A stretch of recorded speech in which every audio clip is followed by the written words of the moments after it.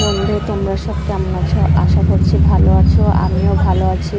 এই যে ছেলেকে নিয়ে চলে এসেছি গাছতলায় ষষ্ঠী পুজো করার জন্য। তো আমাদের ষষ্ঠী পুজো করা হয়ে গেছে, তাই তোমাদেরকে ভিডিওটা করে দেখাচ্ছি গাছতলার। তোমরা জানাবা ভিডিওটা কেমন হয়েছে।